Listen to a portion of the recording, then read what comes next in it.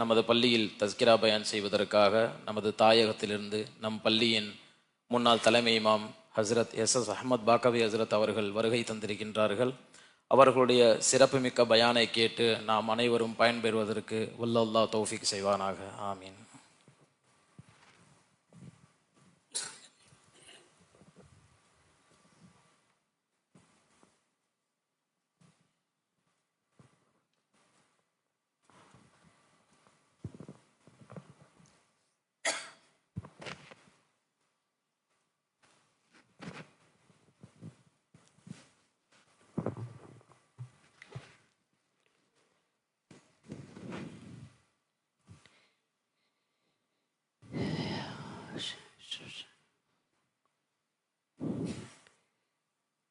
السلام عليكم ورحمة الله وبركاته.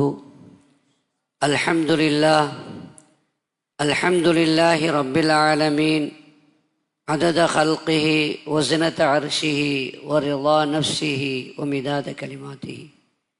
سبحانك لا علم لنا إلا ما علمتنا إنك أنت العليم الحكيم.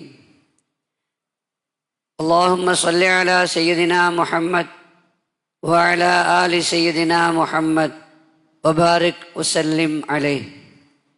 أما بعد، فقد قال الله تعالى في كلامه القديم والفرقان المجيد بعد أعوذ بالله من الشيطان الرجيم بسم الله الرحمن الرحيم. إن أول بيت وضع للناس للذي ببكة مباركا وهدى للعالمين. صدق الله العلي العظيم. அளவற்ற அருளாளன் நிகரற்ற அன்புடையோன் எல்லாம் வல்ல அல்லாஹுவின் திருப்பெயரால் துவக்கம். அல்லாஹுவை பயந்து நடந்து கொள்ளும்படி வாழ்வின் எல்லா நிலைகளிலும் தக்வாவுடைய வாழ்க்கையை மேற்கொள்ளும்படி முதலாக எனக்கும் உங்களுக்கும் உபதேசம் செய்து கொள்கிறேன். ரப்புல் ஆலமீன் வெள்ளிக்கிழமை ஜும்ஆவுடைய ஃபர்லை நிறைவேற்ற வந்திருக்கிற நம் அனைவரையும் நம்மை சார்ந்தவர்களையும் அவனால் ஏற்றுக்கொள்ளப்பட்ட அவனது ரிலாவை பொருத்தத்தை பெற்ற நல்லோர்கள் நாதாக்கள் கூட்டத்தில் சேர்த்து அருள் புரிவானாக. இது துல்காதா மாதம். துல்காதா மாதம் என்று சொன்னால் இதற்கு 2 சிறப்பு இருக்கிறது. ஒன்று, யுத்தம் ஹராமாக்கப்பட்ட 4 சிறப்பான மாதங்களில் இதுவும் ஒன்று. அர்பஅத்துன் ஹுரும் ذَلِكَ الدِّينُ الْقَيِّمُ فَلَا تَظْلِمُوا فِيهِنَّ أَنفُسَكُمْ என்று 4 மாதங்களை குறித்து அதனுடைய கண்ணியத்தை குறித்து அல்லாஹ் சொல்லுவான். அதிலே ஒரு மாதம்தான் துல்காதா மாதம். இன்னொரு சிறப்பு என்னவென்றால், ஹஜ்ஜினுடைய மாதங்களில் இதுவும் ஒன்று. ஹஜ்ஜினுடைய மாதங்கள் என்பது வெறும் துல்ஹஜ் மாதம் மட்டுமல்ல, ஷவ்வாலில் இருந்து அது ஆரம்பமாகி விடுகிறது. ஷவ்வால் மாதம், துல்காதா மாதம், துல்ஹஜ் மாதத்தினுடைய ஆரம்ப நாட்கள். கிட்டத்தட்ட 2.5 மாதங்கள் ஹஜ்ஜினுடைய மாதங்கள். அல் ஹஜ்ஜு அஷ்ஹுரும் மஅலூமாத் என்று அல்லாஹ் குர்ஆனிலே சொல்லுவான். ஹஜ் என்பது குறிப்பிட்ட சில மாதங்கள் என்று குறிப்பிடுகிறான். அந்த குறிப்பிட்ட சில மாதங்களிலே ஒன்றுதான் துல்காதா. ஹஜ் என்பது ஷவ்வாலிலேயே ஆரம்பித்து விடுகிறது. ரம்ஜானுடைய நோன்பு முடிந்த உடனேயே ஷவ்வால் பிறை வந்தவுடன் ஹஜ் ஆரம்பமாகி விடுகிறது. நீங்கள் கேட்கலாம், ஹஜ்ஜினுடைய மாதம் ஷவ்வாலில் இருந்து ஆரம்பமாகி விடுகிறது என்று சொன்னால், ஹஜ்ஜினுடைய காரியங்கள் துல்ஹஜ் மாதத்திலே தானே நாம் செய்கிறோம். துல்ஹஜ் மாதத்தினுடைய 5 நாட்கள் தான் ஹஜ்ஜினுடைய காரியங்கள் செய்யப்படுகிற நாட்கள். யோமு தர்வியா என்று சொல்லப்படுகிற துல்ஹஜ் பிறை 8வது நாளிலிருந்து ஹஜ்ஜினுடைய கிரியை ஆரம்பமாகிறது. இந்த 5 நாட்கள் அல்லாத மற்ற நாட்களில், ஏன் துல்ஹஜ் மாதத்தினுடைய ஆரம்ப நாட்களில் கூட துல்காதாவிலோ அல்லது ஷவ்வாலிலோ ஹஜ்ஜை நிறைவேற்ற முடியாது. பின்ன இது ஹஜ்ஜுடைய மாதம் என்று அல்லாஹ் ஏன் சொன்னான் என்று சொன்னால், பொதுவாக உம்ரா என்பது எல்லா மாதத்திலும் அதற்காக எஹராம் கட்டலாம். அதற்கென்று காலக்கெடு என்று எதுவும் இல்லை. ரமதானிலே உம்ரா செய்யலாம், ஷாபானிலே செய்யலாம், ரஜபிலே செய்யலாம், ரபியுல் அவ்வல் ரபியுல் ஆஹிரிலே செய்யலாம். இப்படி எந்த மாதத்திலும் உம்ராவுக்காக வேண்டி எஹராம் கட்ட முடியும். ஆனால் ஹஜ்ஜுக்காக வேண்டிய எஹராம் எல்லா மாதத்திலையும் செய்ய முடியாது. ஹஜ்ஜினுடைய எஹராம் என்பது இந்த ஷவ்வாலில் இருந்து எஹராம் கட்டுவது ஆரம்பமாகி விடுகிறது. எனவே தான் ஹஜ்ஜு ஷவ்வால் அல்லாத அதற்கு முந்தைய மாதங்களிலே ஹஜ்ஜுக்கு எஹராம் கட்ட முடியாது. ஆனால் எஹராம் கட்டுவது, எஹராம் நியத்து வைத்து ஹஜ்ஜை தொடங்குவது ஷவ்வால் மாதத்திலிருந்து ஆரம்பமாகி விடுகிறது. எனவே தான் இந்த ஷவ்வாலில் இருந்து ஷவ்வால், துல்கஅதா, துல்ஹஜ் மாதத்தினுடைய 5 நாட்கள் இதையெல்லாம் ஹஜ்ஜினுடைய மாதம் என்று அல்லாஹ் குறிப்பிட்டு காட்டுகிறான். எனவே ஒருவர் ஷவ்வாலிலேயே கூட ஹஜ்ஜுக்கு ஏறாம் கட்டலாம். ஆனால் அப்படி ஏறாம் கட்டினால் ஹஜ்ஜுக்காக வேண்டி மட்டும் அவர் ஏறாம் கட்டினால் அந்த ஹஜ்ஜுக்கு பேர் ஹஜ்ஜை இஃப்ராது. அப்படி ஏறாம் கட்டினால் ஹஜ்ஜு முடிகிற வரைக்கும் அந்த ஏறாமிலிருந்து வெளியே வரவே முடியாது. அந்த ஏறாமுடைய துணியைத்தான் அவர் கட்டி கொண்டு இருக்க வேண்டும். ஏறாமுடைய கண்டிஷன்ஸ், தலையை மறைக்க முடியாது, அத்தர் பூச முடியாது, மனைவியோடு சேர முடியாது, முடி நகம் வெட்ட முடியாது. இப்படி ஏறாமுடைய கட்டுப்பாடு ஷவ்வால்லையே ஆரம்பமாகிவிடும். ஆனால் அது சிரமம் என்பதனால்தான் ஹாஜிகள் இப்போ துல்காதா மாதத்திலே ஹஜ்ஜுக்கு புறப்பட்டாலும் அவர்கள் ஹஜ்ஜுக்காக வேண்டி ஏறாம் கட்டுவதில்லை. மாறாக உம்ராவுக்காக வேண்டி மட்டும் ஏறாம் கட்டுவார்கள், அந்த நியத்து வைப்பார்கள். ஏனென்றால் உம்ராவுடைய காரியம் செய்த உடனேயே அதிலிருந்து ஏறாமிலிருந்து வெளியே வந்து விடலாம். அதற்கு பிறகு துல்ஹஜ் மாதத்தினுடைய 8 ஹஜ்ஜுக்காக வேண்டி ஏறாம் கட்டினால் போதும்.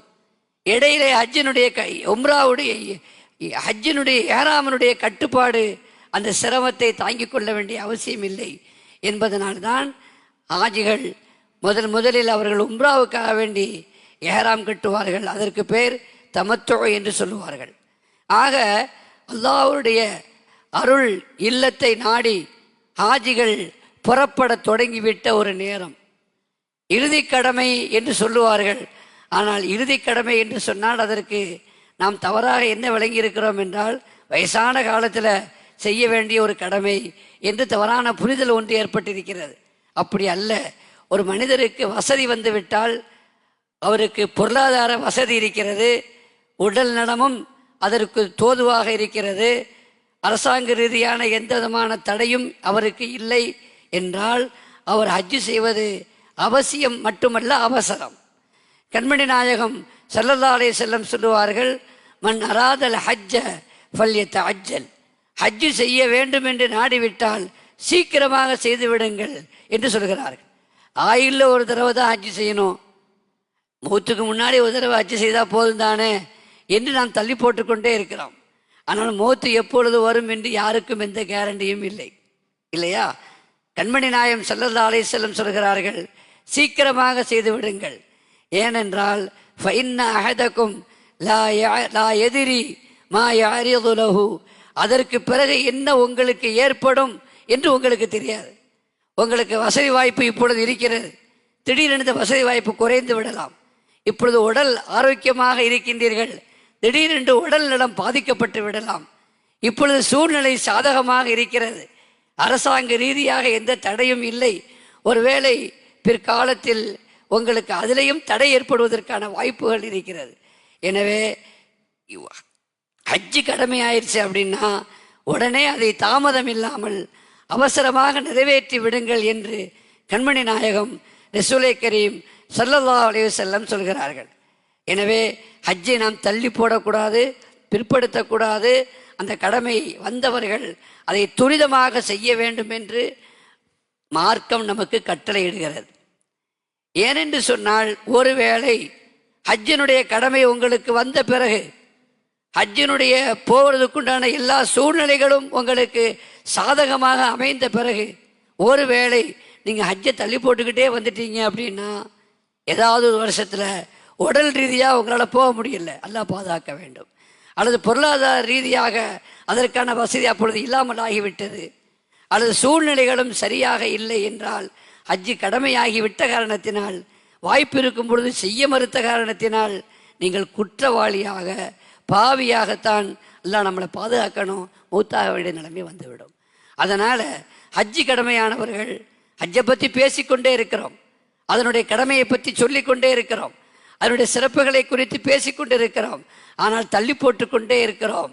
எனவே தள்ளி போடக்கூடாது, அதை அவசரமாக நிறைவேற்ற வேண்டும் என்று ஆரம்பமாக நான் உங்களிடத்தில் கேட்டுக்கொள்வேன்.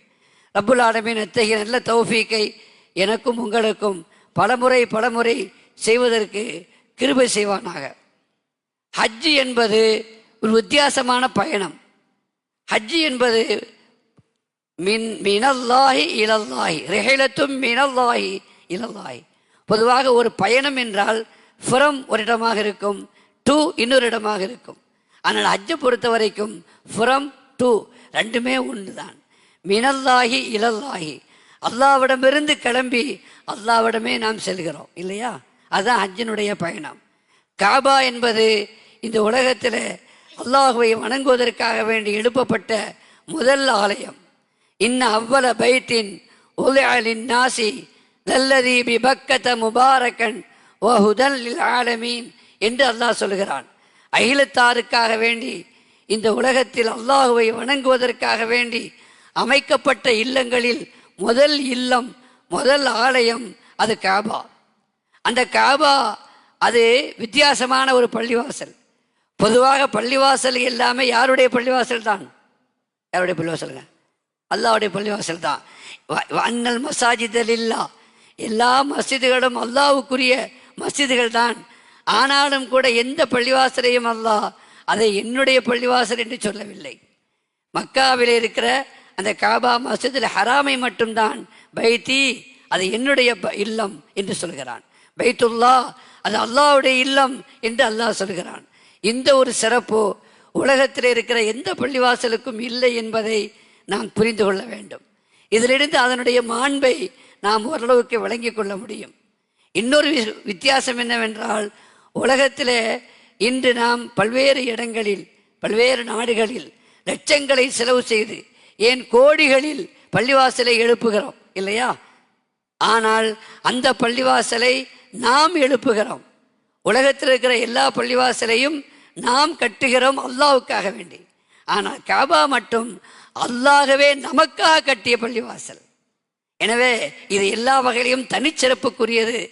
அந்த மஸ்ஜிதுல் ஹராம், அந்த பைத்துல்லா, அதை குறித்து அல்லாஹ் சொல்லும் பொழுது அது எவ்வளோ புனிதமானது என்று அல்லாஹ் சொல்லுவான் என்றால், முபாரக்கன், அது பரக்கத்தான பள்ளிவாசல் என்று சொல்கிறான். முபாரக்கன் வஹுதல் லில் ஆலமீன், அகில உலக மக்களுக்கு நேர்வழி காட்டக்கூடிய ஒரு பள்ளிவாசல் மஸ்ஜிதுல் ஹராம் என்று அல்லாஹ் குறிப்பிடுகிறான். முபாரக்கன் என்றால் என்ன? பரக்கத்தாக்கப்பட்ட பள்ளி. பரக்கத்தாக்கப்பட்ட பள்ளிவாசல்னா என்னங்க? நாம் பரக்கத்துனா என்ன வழங்கி வச்சிருக்கிறோம்? அபிவிருத்தி அப்படின்னு நம்ம தமிழில் அதற்கு மொழிபெயர்ப்பு செய்கிறோம். ஆனால் உண்மையில் அபிவிருத்தி என்பது அதற்கான மொழிபெயர்ப்பு, நிறைவான மொழிபெயர்ப்பு அல்ல. புரிந்து கொள்வதற்கு, விளங்குவதற்கு நாம் சொல்லிக்கொள்ளலாம்.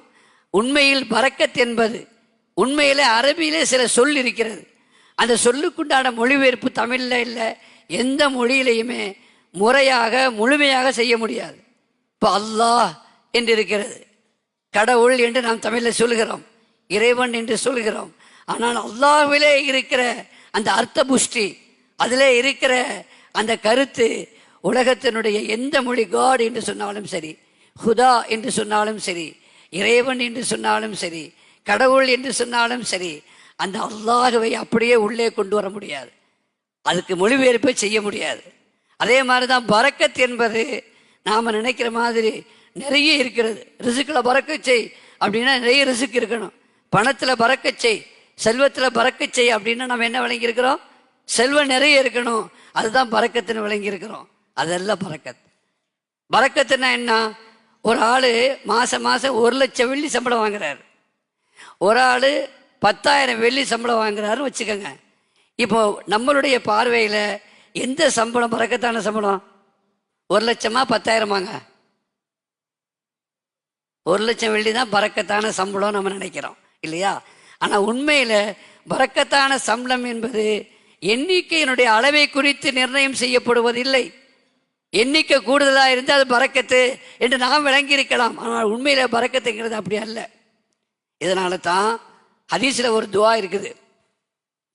என்ன துவா இருக்குன்னா, அல்லாஹும்ம பாரிக் லனா ஃபில் மௌத் வஃபீமா பஅதல் மௌத். யா அல்லாஹ், மௌத்தில் பறக்கச் செய் அப்படின்னு ஒரு துவா இருக்குது. வஃபீமா பஅதல் மௌத், மௌத்துக்கு பிறகுள்ள வாழ்க்கையிலையும் பறக்கச் செய் அப்படின்னு ஒரு துவா இருக்குது. நீங்கள் கேள்விப்பட்டிருப்பீங்க. ஆனால் மௌத்தில் என்ன பறக்கத்து? இப்போ நீங்கள் சொல்கிற மாதிரி நாம் விளங்கின மாதிரி அதிகப்படுத்தணும் அப்படின்னா அதுக்கு என்ன அர்த்தம் வரும்? மௌத்தை அதிகப்படுத்துன்னு தானே அர்த்தம் வரும். மௌத்தை அதிகப்படுத்தின அர்த்தம் வந்தால் அந்த துவா நம்ம செய்வோமா? அப்படி செய்தால் நம்ம யாராவது ஆமீன்னு சொல்லுவோமா? ஆபத்தான ஒரு துவா வாசலத்து கேட்குறாருன்னு சொல்லுவோம் இல்லை? சீரியஸான ஒரு துவாவில் நீங்கள் செய்கிறீங்க அப்படின்னு சொல்லுவோம். ஆனால் இது நாம் செய்யலை. ஹதீஸில் வந்த துவா, அல்லாஹும்ம பாரிக் லனா ஃபில் மௌத், மௌத்தில் நீ பறக்கச் செய். வஃபீமா பஅதல் மௌத், மௌத்துக்கு பிறகு உள்ள வாழ்க்கையிலையும் பறக்கச் செய். அல்லாஹும்ம பாரிக் லனா ஃபில் ஹயாத், வாழ்க்கையில் துன்யாவுடைய நிஜ வாழ்க்கை அதாவது ஹயாத்திலையும் பறக்கச் செய், மௌத்திலையும் பறக்கச் செய், மௌத்துக்கு பிறகு உள்ள வாழ்க்கையிலையும் பறக்கச் செய் என்று சொன்னால் என்ன அர்த்தம்?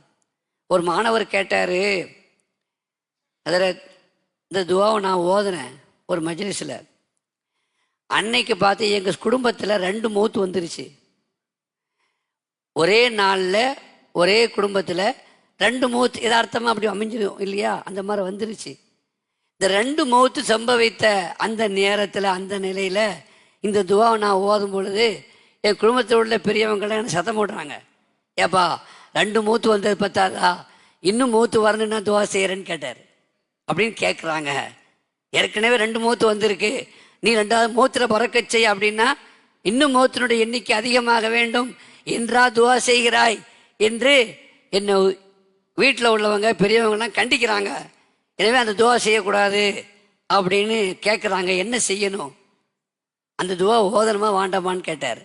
பொதுவாக ஹதீஸில் வந்த துவா நாம் சுயமாக கேட்குற விஷயமா இருந்தால் நம்ம யோசித்து முடிவு செய்யலாம்.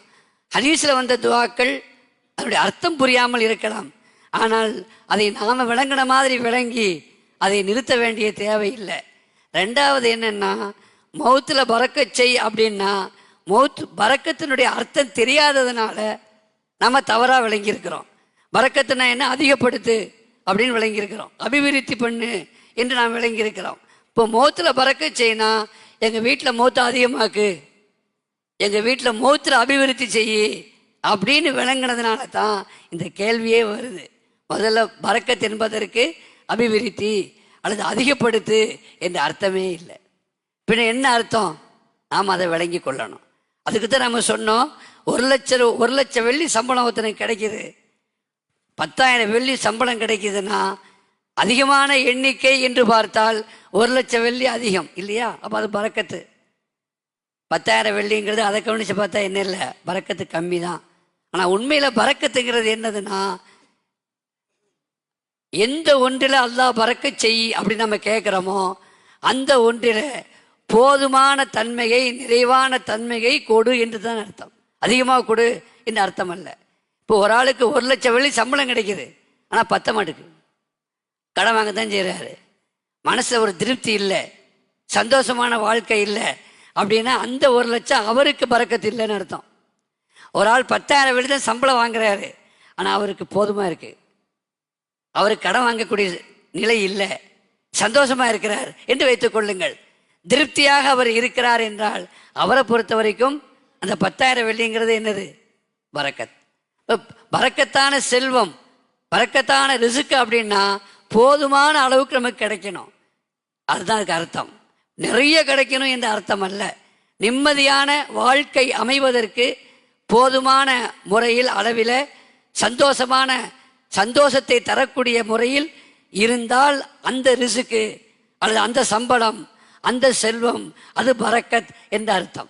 அந்த அடிப்படையில் பார்த்தீங்கன்னா மௌத்தில் பறக்கச் செய் அப்படின்னு சொன்னால் அதுக்கு அர்த்தம் மௌத்தை அதிகப்படுத்து, மௌத்தை இன்னும் நிறைய வரச்செய் என்ற அர்த்தம் அல்ல. மாறாக மௌத்தில் பறக்கச் செய்ன்னு சொன்னால் எப்படி ஒரு மூமினுக்கு மௌத்து வரணுமோ அப்படி மௌத்தா கொடு என்று அர்த்தம். அப்படின்னா என்ன அர்த்தம்? ஆரோக்கியமான முறையில் வாழ்ந்து சக்கராத்துடைய வேதனையெல்லாம் இல்லாமல் அல்லது லேசாகி மனிதன் இங்கும் அங்கும் அதாவது அலைக்கழிக்கப்படுகிற, அதாவது கிடையிலே கிடந்து கிடையிலே விழுந்து அவர் அவஸ்தைப்படுகிற ஒரு நிலையெல்லாம் இல்லாமல் சங்கையான முறையில் பல பேருக்கு நாம் பார்க்கிறோம். மௌத்தாகிறதுக்கு முன்னாடி படுக்கையில் விழுந்து விடுகிறார்கள். அவர்களை கவனிப்பதற்கு வசதியான குடும்பமாக இருந்தாலும் கூட வீட்டில் உள்ளவர்கள் கவனிக்க மாட்டார்கள். ஒரு நர்ஸை போட்டுருவாங்க இல்லையா, மருத்துவரை நியமிச்சிருவாங்க. என்ன இருந்தாலும் குடும்பத்தில் உள்ளவங்க அன்பாக கவனிக்கிற மாதிரி அவரை கவனிக்க முடியாது. இப்படிப்பட்ட அவஸ்தையெல்லாம் வராமல் சக்கராத்துடைய வேதனையை லேசாக்கி ஈமானோடு களிமாவை சொல்லி என்னுடைய முடிவு நல்ல முடிவாக அமைய வேண்டும் என்று அதுக்கு அர்த்தம்.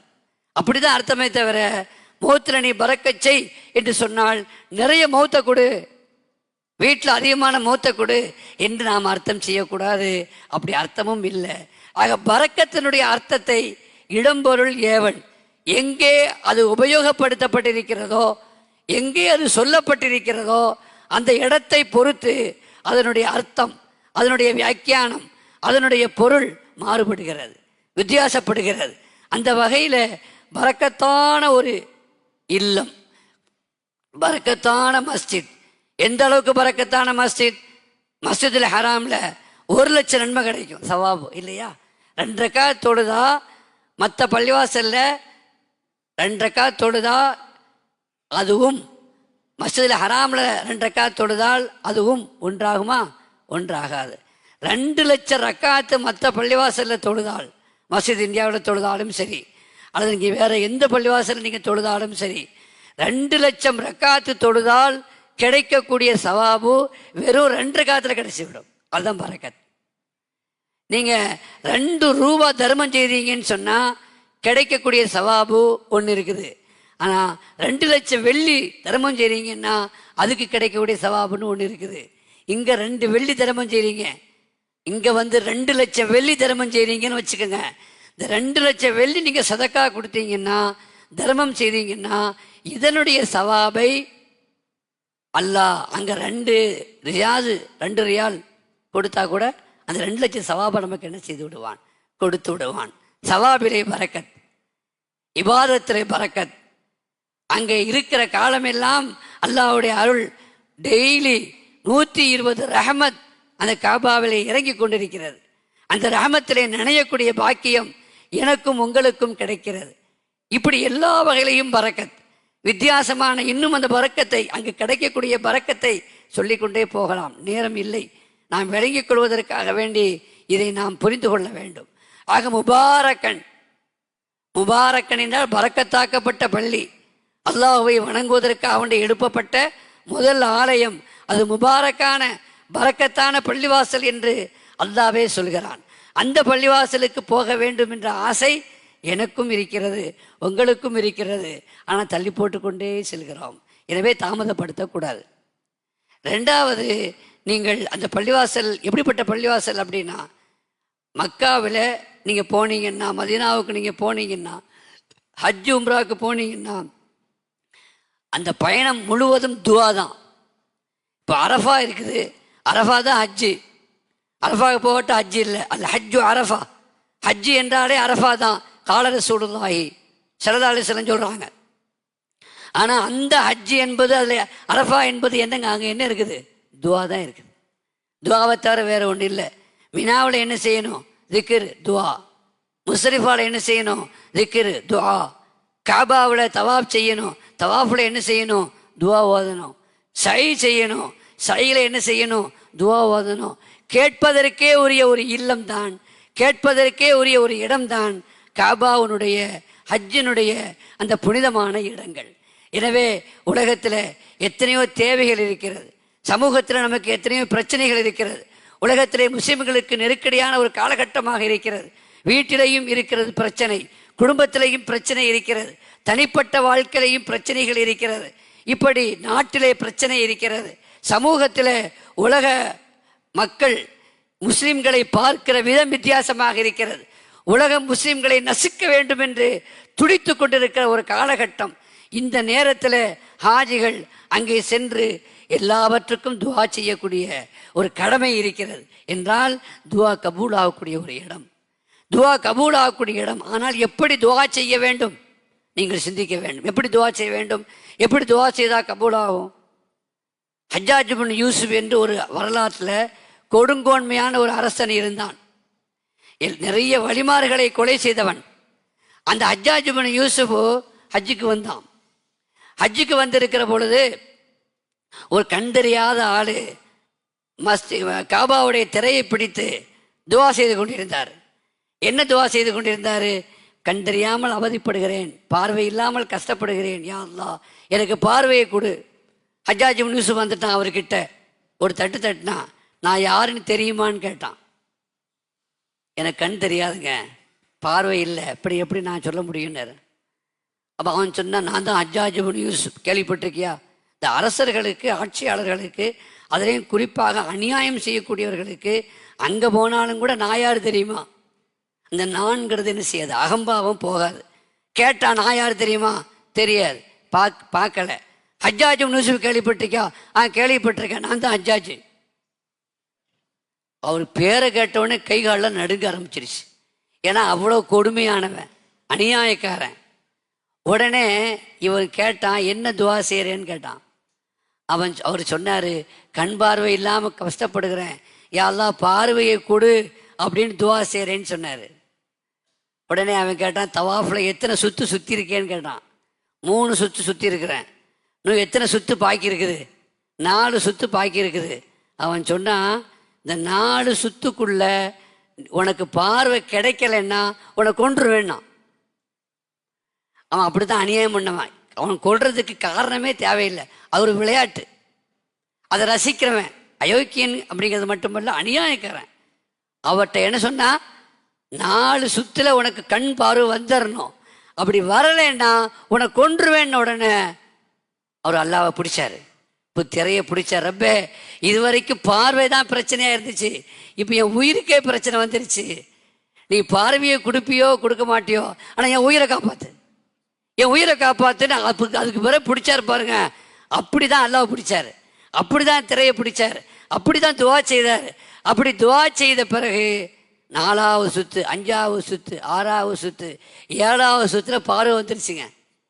பார்வை வந்த உடனே ஹஜ்ஜாஜ் இப்னு யூசுப்கிட்ட போனார். பார்வை வந்துச்சா? 3 சுற்றுல துவா கேட்டியே வந்துச்சா? காலமெல்லாம் துவா செய்திய வந்துச்சா? வரல. இப்போ வந்துச்சா? ஏன் வந்துச்சு? இப்படி கேட்கணும் துவா. நான் கெட்டவன் தான், ஆனாலும் துவா எப்படி கேட்கணும் அப்படிங்கிறத அதவ சொல்லி கொடுக்குறான்.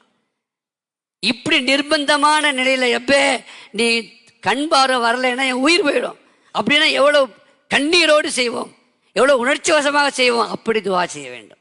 அப்படி துவா செய்தால் தான் துவா கபூலாகும். கெட்டவனாக இருந்தாலும் கூட அவன் கூட சில நல்ல விஷயத்தை சொல்லி கொடுப்பான்.